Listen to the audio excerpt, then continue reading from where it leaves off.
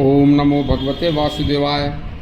सुनिए, स्वयं ऋषि वाल्मीकि ने बताया कि मैंने भगवान श्री राम के अवतार लेने से भी पहले रामचरित मानस ग्रंथ को किस प्रकार से लिख दिया था।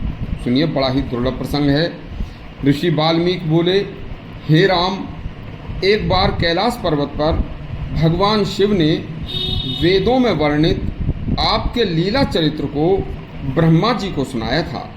फिर ब्रह्मा जी ने यह कल्याणकारी आपका चरित्र देव ऋषि नारद को सुनाया था। फिर मंत्र रूपी उसी रामचरित को नारद जी ने मुझे सुनाया था। एक समय की बात है, तमसा नदी के तट पर एक व्याध ने क्रोंच पक्षी के जोड़े में से व्याध ने क्रोंच पक्षी को मार दिया था। तब उसकी पत्नी क्रोंची का रुदन व शोक देखकर वही शोक 32 अक्षरों वाला अनुष्टुप श्लोक के रूप में मेरे मुंह से अनायास ही निकल पड़ा था। तब एक दिन ब्रह्मा जी ने भी स्वयं आकर संक्षेप में आपका चरित्र मुझे दोबारा सुनाया और फिर वह वरदान दिया। उन्हीं के वरदान से तब ब्रह्मा जी के कहने पर, उनके वर देने पर अति आनंद प्रदान करने वाला यह रमणीय चरित्र 100 करोड़ श्लोकों में उपनिबद्ध किया। जबकि प्रभु राम यह सब जानते थे, फिर भी उन्होंने वाल्मीकि के ही मुख से यह सारी बात कहलवाई। उसी समय देवगुरु बृहस्पति आदर भाव से बोले, हे भगवान, हे राम, आप जैसे आनंद स्वरूप का कोई कहाँ तक गान करेगा।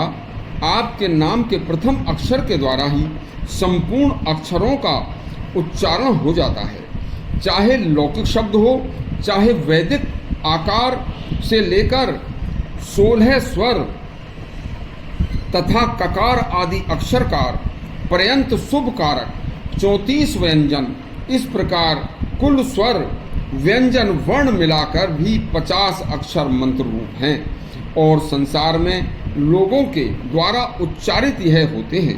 हे राम, इन्हीं 50 वर्णों को आपके नाम का प्रथम अक्षर जानना चाहिए। आपके नाम के प्रथम अक्षर से संपूर्ण जगत व्याप्त है।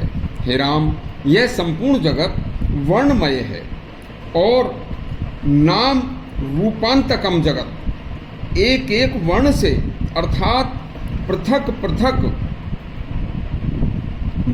वर्णों से पृथक पृथक नाम से बनते हैं।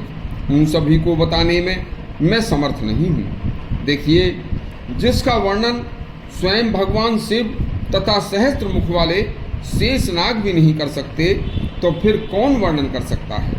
आपके नाम की ऐसी महिमा है राम कि शेषनाग भी ऐसा प्रयत्न करके भी सफल नहीं हो सकते। तो हे प्रभु, यह महर्षि वाल्मीकि तो बड़ा धन्य है कि जिसने आपके कल्याणकारी चरित्र को लिपिबद्ध कर दिया।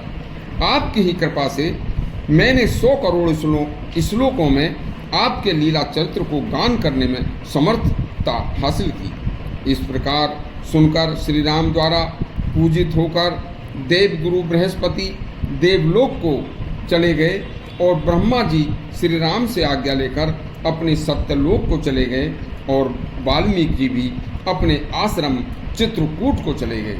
तभी से संसार में फिर से सभी मंगलमय कर्मों का पुनः से आरंभ हो गया। भगवान राम का चरित्र सुनना और सुनाना शुरू हो गया। सभी स्त्री और पुरुष सुखपूर्वक रहने लगे। इस प्रकार के वाल्मीकि ऋषि के मुख से भगवान राम के अवतार से भी पहले के रामचरित मानस के लिखे जाने का यह प्रसंग आपने सुना। आगे भी शास्त्रों के अच्छे अच्छे प्रसंग सुनने के लिए हमारा चैनल सब्सक्राइब करें और घंटी दबाएं। धन्यवाद।